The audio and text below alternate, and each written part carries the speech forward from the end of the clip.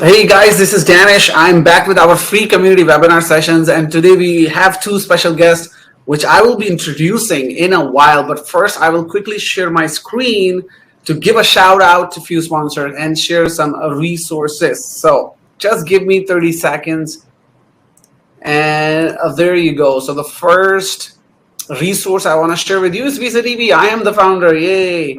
So here you can hire verified immigration and tax experts around the world. We have 70 countries covered, and including TEJ. If you search for Malaysia, for example, and you're gonna see the services, all the available visas, tech visas, retirement, and the Digital Nomad Visa. So you can click, and actually you can see what's included in the service, and you can click chat, and that will connect you with TEJ, and you can get all your help. So that's the first shout out. Second, quickly wanted to give a shout out to Safety Wing. They are the insurance company targeting digital nomads. They have a 4.5 rating on Trustpilot, which is quite good, and they are the cheapest option out there. The second shout out I want to give is SoulGuard. This is one of us, digital nomad Adrian. He started it, and his innovation got several awards. And it's quite an awesome suitcase. You can check out them, and they also have an exclusive discount for all the global digital nomads. Check out the link I am sharing, and if you're watching on a YouTube, the link will be in the description. So guys, I am really actually excited to welcome our two guests, Tej and Caroline. Tej is a co-founder of Great Pyramid. It's an immigration consultancy firm in Kuala Lumpur, Malaysia, and Caroline also an immigration consultant working with Tej. So guys, such an honor that you guys are here. I really appreciate it on the behalf of 155,000 digital nomads. Welcome, and how are you guys doing today? Thank you, Danish. Thank you for the fantastic introduction and giving us the opportunity to be on this webinar today. We are fantastic. It's 9 p.m. in Malaysia today. Weather's a bit warm, but not too bad.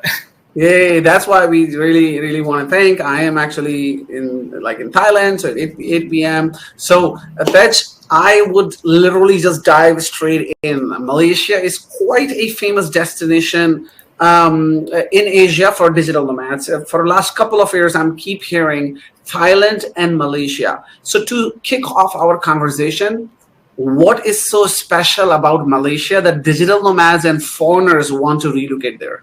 Okay, so for of you that don't know where Malaysia, it's in between Singapore and Thailand. So we're right in the middle. We have a population of approximately 33 million, and most of us speak English. So I think that's one of the main reasons. Communication is much more easier if people here speak English.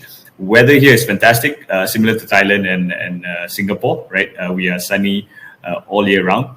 We have very good internet connection, so infrastructure here is world class. I would definitely say that.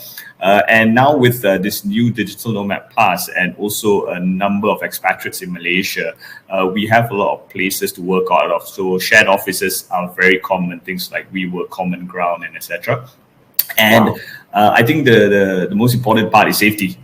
We have a very low crime rate, so that really helps as well. And expats love coming to Malaysia.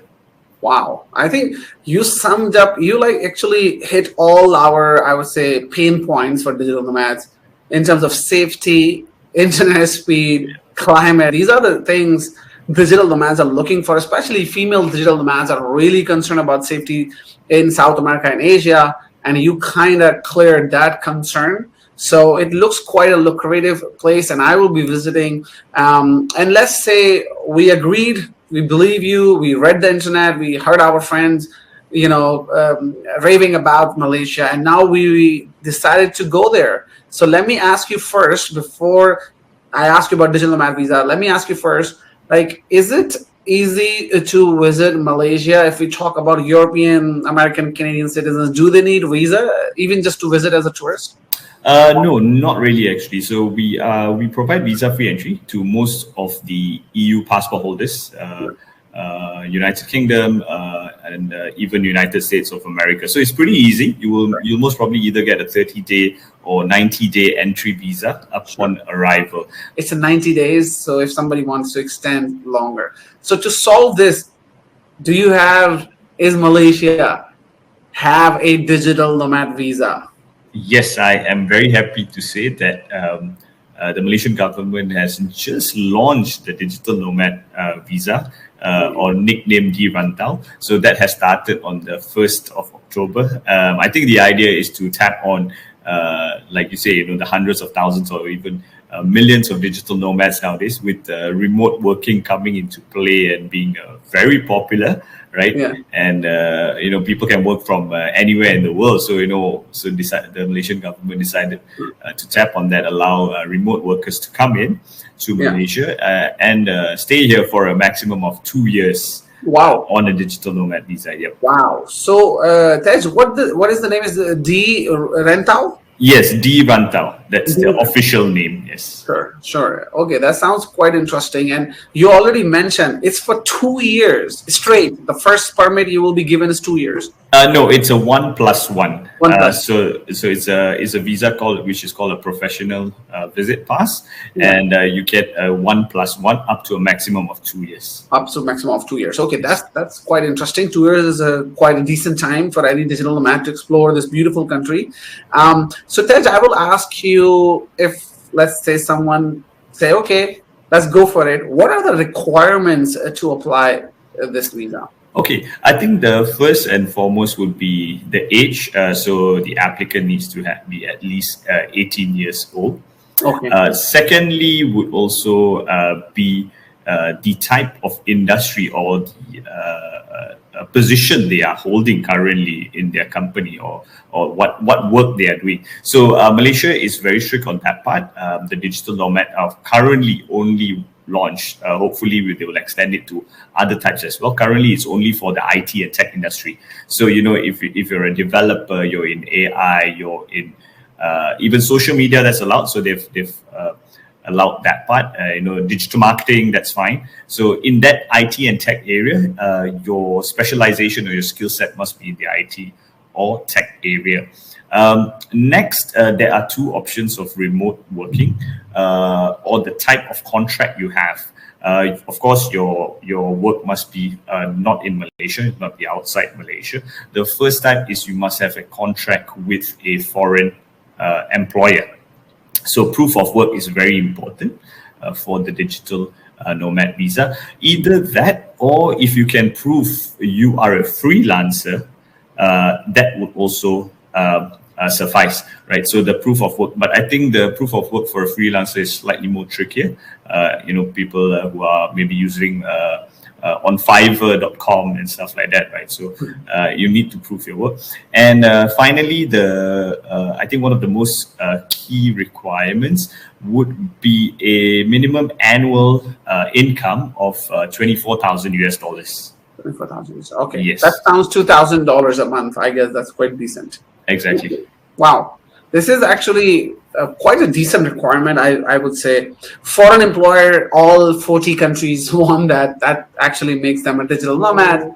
And $2,000 doesn't sound bad. The only thing I have concern is that their qualification for judging or assessing anything into digital marketing, digital creative content, and content development. So basically, anything under the digital ambit that would qualify for the nomad visa. That's incredible. And we already having questions, but we will get to them later. So that's what is the fee? So let's say, okay, requirements are I can fulfill the requirements. I can get the 1-year visa. And what is the government fee like to give to government of Malaysia? So the government fee for the principal applicant, so before that, I forgot to give you the good information. If you have family members, they can come along under the digital nomad visa as well. So that's a big plus point, I think, comparable to other countries. So your spouse and your children are allowed to come along on this visa as well. However, they are not allowed to work. So the government fees for the principal applicant will be approximately $250 US. Sure. And for each dependent or family member will be approximately $100. Extra. Okay. Yes. Sounds good. And this is actually a pretty incredible offer. I hope that maybe they're targeting some Asian nomads as well from India, like because mostly people there have families. And I think that's a great idea of targeting because most of the new digital nomads are coming from Asia. This is a good sign. Okay, that sounds good. This is incredible. So we know the fees now. We know the requirements. First, we know why Malaysia is awesome. Then there's a visa option, looks quite decent to apply. One question: half of the countries which are for their digital nomad visa, you need to submit a police certificate. Is there such a requirement for Malaysia? Caroline, would you be able to confirm this? Yeah. Take your time. Yeah, so basically, for the applicant who interested to apply the digital nomads applications, they need to produce a letter of good conduct to prove that they don't have any criminal records in the countries. Yeah.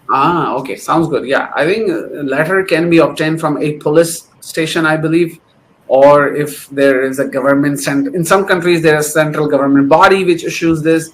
So that shouldn't be a problem, and so I think it will be easier. So the requirements are clear, the fees is clear, they can apply. I know it's a new visa just launched 18 days ago. Yeah. Is there any time frame, processing time government takes? Okay, so we don't have any precedents on this yet, but from our experience dealing with the Malaysian government and the entire processing time, our assumption is a safe assumption will be 2 months, approximately 2 months. And before, just to let everybody know as well, your application should be done before you enter Malaysia. So if you enter Malaysia during the process, your application may be delayed or even void. So it's best to get everything approved. Then everything can be done digitally as well. We'll send you all the approval letters, your e-visa application if you require and whatsoever. All can be done digitally. And once you arrive, it's a pretty straightforward process. Sure. Wow. This sounds, to be honest, really great. It's good news for all the who are listening. So, Tej, I would ask you, so digital nomad visa sounds incredible, but let's say we have a tech bro or a marketing sis who maybe don't want to apply for digital nomad visa. They want to either move to Malaysia for 5 years, let's say, or want to buy a property, or they're thinking Malaysia as a second home. Are there any other visa options other than digital nomads? Yes, in fact, there are. If you're looking to migrate to Malaysia, and staying here for much longer term, not only as a digital nomad, we have something called Malaysia My Second Home, or MM2H for short. So that is slightly more premium, requirements are higher, but it's a longer visa for you and your family to live in Malaysia. Wow. Is it like 5 years? What is the duration for My Second? Yes, it's 5 years. It's 5 years and it can be renewed beyond that. Oh, yes. Wow. Okay, that sounds good. There are other options. And is there any other visas which foreigners are applying other than My Second Home? Digital nomad visa is new, but is there any other visas which foreigners apply? Not work permit, but any other visas? Or besides these two, none that I can think of right now. Right at the moment, yes. So My Second Home and now digital nomad visa will be the easiest option. Correct. And you mentioned that all the process is online, and your agency helps from the first talk with the client till getting the visa. Is that correct? Exactly. We will do the end-to-end process for the client. Okay, and you offer all the visas like MH2 and digital nomad visa, I assume? Yes, we do. We assist with both these type of visa applications.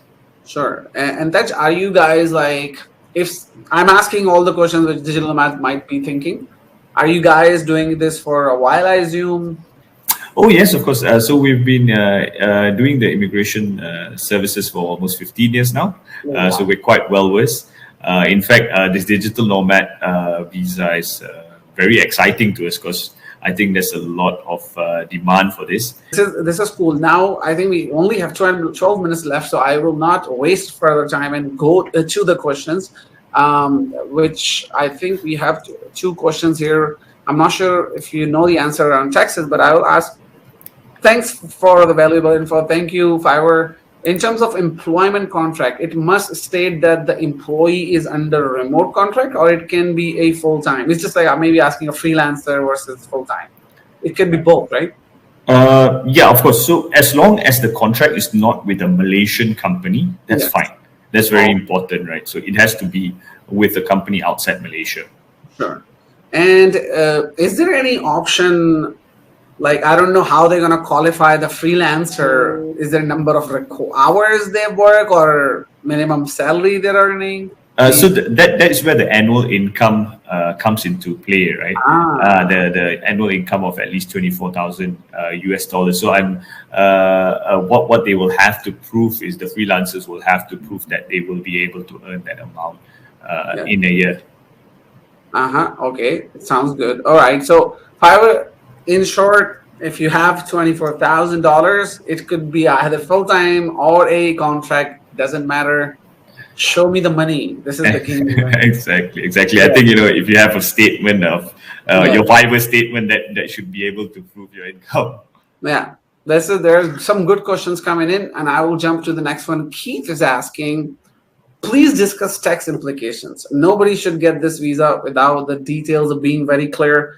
I agree with you, Keith. And yes, so I'm not sure if Tej is a tax expert, but let's try Tej. So if I move there, I'm a remote worker, do I have to pay taxes in Malaysia for my salary I'm earning abroad? Okay, so I'm not a tax expert, but from what we understand from the government, you won't be earning in Malaysia. You'll only be living in Malaysia and spending, of course. Don't forget that you'll be spending in Malaysia, and so there won't be any tax implications on this matter because your income is abroad. And one thing I also would like to highlight regarding this digital nomad visa, why I say you won't be earning an income in Malaysia is because at the moment with this visa you won't be able to open a Malaysian bank account. So that's where I think the tax implication doesn't come into play because your salary does not come into your Malaysian bank account. Sure. Okay, I think that's a great point. I'm glad you mentioned, and I think most of the countries are doing that because it doesn't make sense, right? It's just like someone is there in your country spending money. Why would you charge taxes there? They're making money abroad. So Malaysia is doing that. This is incredible, Keith. So that's a good news. Go for it. Apply for it. You're ready. And next question I will be asking. Christian is asking. Hi, Christian. And can business owners apply for this or only freelancers and contractors? That's a good question. That's a good question, Kristen. I don't see a problem with business owners applying for this as long as you have an employment contract. Yes, we understand, business owners may not give themselves an employment contract, but that is the proof of work or part of the documentation requirement is an employment contract. So you'll have to prove that you have a remote contract with a minimum annual income of $24,000. I think, Christian, I will add that I think that's totally doable because if you're running your business, you're either a director of your own company or a manager. That's an employment, that's a contract. So the only thing is make sure you're making 24,000 in that business or that contract is 24,000. So next question, Linda is asking, is this visa a multiple entry visa?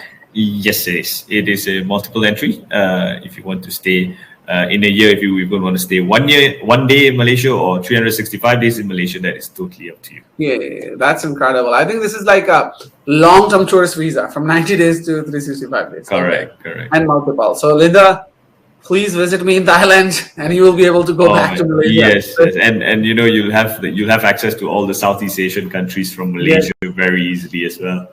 Wow, this is actually literally the countries around Philippines, Vietnam. You can take a cheap flight in Air Asia, I believe, and enjoy. So that's a good news. Alicia is asking, what you please repeat about? Okay, so what are the dependent requirements if she is bringing her husband and one child? How much more income she has to show? Okay, there is no requirement for additional income for dependents for now, but your child cannot exceed the age of 18 years old. That's the maximum allowed age. What do you need to bring along? What do I need to take my spouse and kids with me? Okay, if they're asking documentation-wise, one very important document that is always required is proof of relationship. So if it's your spouse, you need your marriage certificate. If it's your children, you need their birth certificate. And this must be attested by the respective embassies or consulates. Okay, that's so Alicia, one good news is still $2,000. That's, I guess, huge. We can bring your kid or husband, make sure he is a child. He's not an adult with mustache and beard, because that may not qualify. So that's the one thing. Just make sure that there are 2 pieces of additional documents which that can help you and actually verify when you certify it, and when you're applying for the visa, that can verify if it's a correct document. So yeah, just make sure. And also $250 government fee additional for one additional person. So that will be $500 for your husband and a child. I think we are running 3 minutes left, but I will be fast. There one more question. Tom is asking, is this an official residency, or what would be my status? Tourist? It's an official work pass, valid for 1 year. So the type of pass is, we call it a professional visit pass. So you will be an official resident. Yes. Okay. So Tom, don't worry, mate. You're not going to be legal after 90 days, like tourist visa. So you can stay, multiple entry, enjoy, live like a pro, and everything will be good.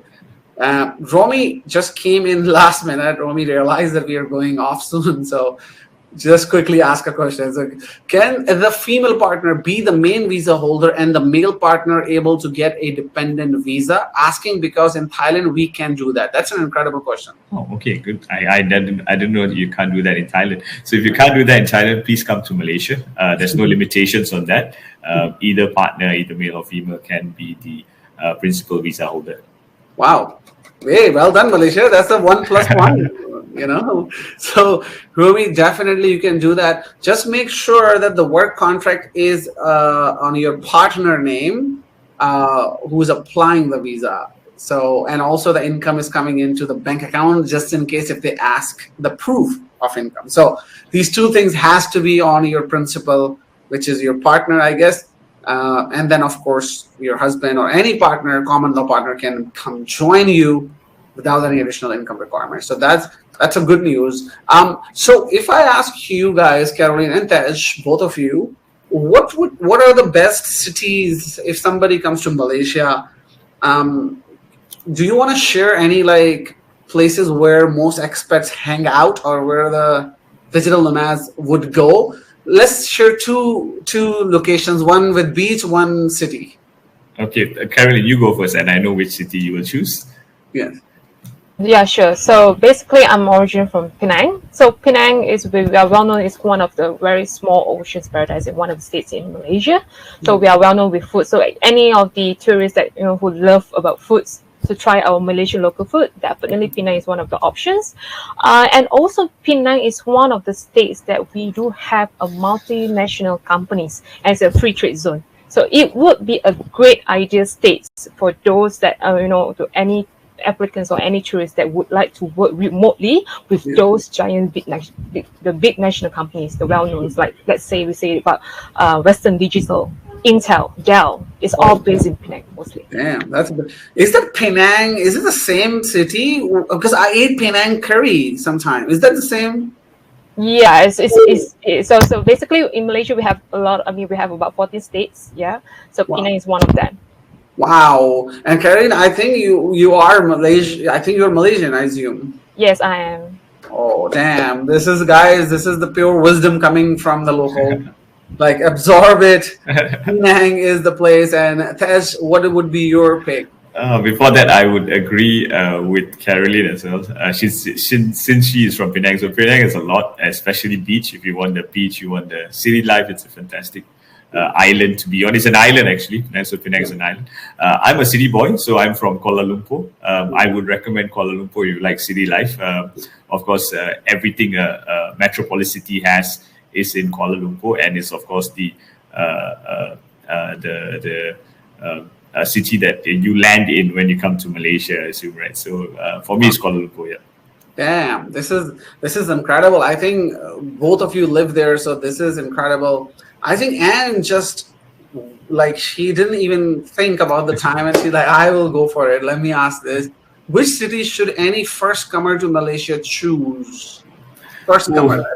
First comer. That's incredible. And Caroline, what would be your pick if somebody's coming for the first time? I know Penang is one of the favorite cities people should go, but first timer, do you think Penang would be good for them? Well, for me personally, for myself, for a first timer, I think would be the East Malaysia, because Malaysia we have West Malaysia and East Malaysia. So East Malaysia is quite an interesting place as well, because most of the native were actually staying there. So if those who love to know about culture, that would be the great place. Oh, damn. I think, Caroline, because let me tell you something. We digital nomads, literally, we are digital nomads to experience cultures, to experience these local experiences. So I think you would. So guys, you notice that, we have a veteran like there, Caroline is there. So please ask any questions around the life in digital nomad or anything cultural, when you should go. Caroline will be your immigration consultant. She can help you not only with visa, but also just general life, where you should go, which city, what you should see. So that would be incredible. So guys, we have 3 minutes over, and I'm sure you're not typing any more questions, because I don't know, I have a feeling that maybe one more coming in. But so Caroline and Tej, I really want to show my gratitude on the behalf of, oh damn, I knew it. My gut feeling was right. So I think Caroline, you would be appropriate to answer that. Is it safe for solo women travelers in Malaysia overall? Yes, I would definitely say yes. Malaysia is one of the safest country, and basically the Malaysians are very friendly. So if you happen to lost in any of the states, just you just can pop up and just ask anybody. And we are the Malaysians. We are freely to help you. Yeah. Wow. This is very uplifting, and this is very motivating for all the women out there. You're watching on YouTube. I know you guys are watching. So please move to Malaysia. Truly Asia. I think this is the tagline. Malaysia is truly Asia. So check it out. And also there's a link, and visadb.io, and type Malaysia, and you will find Tej services and Caroline services. You will see Tej's name, but don't worry, Carolina is there. They both work together. So Caroline will be there to help you. So guys, I hope this time I will finish the sentence and we will be able to finish the sentence. So guys, I really want to show my gratitude on the behalf of 155,000 digital nomads from 100 countries that you guys came here, answered our question, and shared this incredible knowledge. And most of the people who need help, they will be contacting you and reaching you out. So guys, let me tell you, there is a full service Tej offer for around Digital Nomad Visa, but you can also hire Tej or Carolina for consultancy. Let's say you don't wanna, you are digital nomad, you know how it works, but if you need some verification or you need a consultancy, you can also hire them. Of course, it will be paid consultancy for their time. They're busy people, but you can also hire them. It's not only full service. We will be adding that as well. So Tej, Caroline, thank you very much. We will be hosting other events with you in a few months' time. So thank you, and talk to you soon. And everybody who came in today, I want to show my gratitude as well.